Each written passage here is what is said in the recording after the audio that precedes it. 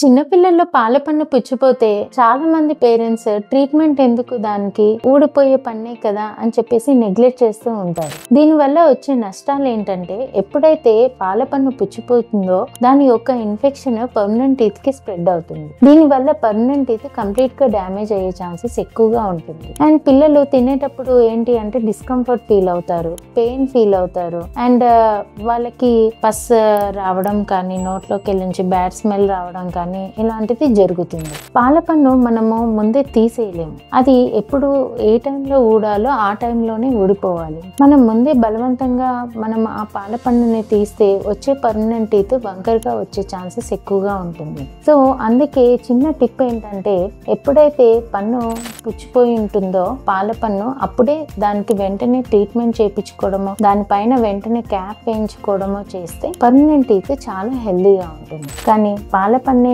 కదా అని చెప్పేసి నెగ్లెక్ట్ అయితే చేయకండి. Hope you like this video. Thank you so much.